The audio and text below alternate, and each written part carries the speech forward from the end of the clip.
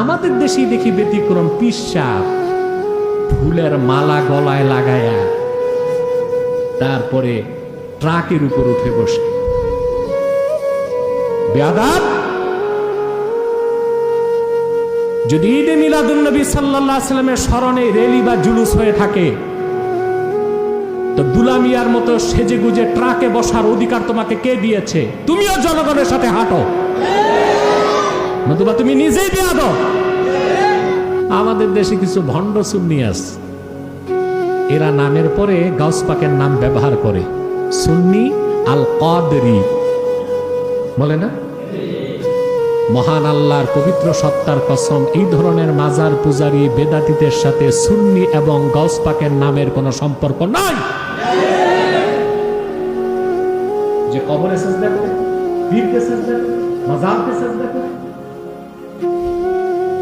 পৃথিবীর বিভিন্ন দেশে ঈদে মিলাদুন্নবী সাল্লাল্লাহু আলাইহি সাল্লাম স্মরণে জুলুস বের হয়। কিভাবে দেখেন না? ইয়ামানে, সিরিয়াতে, মিশরে, আরবের বিভিন্ন দেশে সবাই পোশাক আশাক পরে আতর গোলাপ লাগিয়ে নাচ শরীফ পড়তে পড়তে হাঁটে। আর আমাদের দেশেই দেখি ব্যতিক্রম, পিসাব ফুলের মালা গলায় লাগায়া তারপরে ট্রাকের উপর উঠে বসে। বেয়াদব! যদি ঈদে মিলাদুন্নবী সাল্লাল্লাহু আলাইহি সাল্লামের স্মরণে র্যালি বা জুলুস হয়ে থাকে, তো দুলামিয়ার মতো সেজে গুজে ট্রাকে বসার অধিকার তোমাকে কে দিয়েছে? তুমিও জনগণের সাথে হাঁটো, নতুবা তুমি নিজেই বেয়াদব। ঠিক কিনা?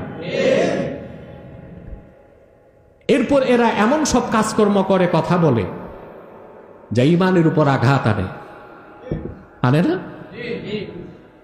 এরা কি সুন্নি, কাদরি, চিশতি, নকশবন্দি, মুজাদ্দিদি?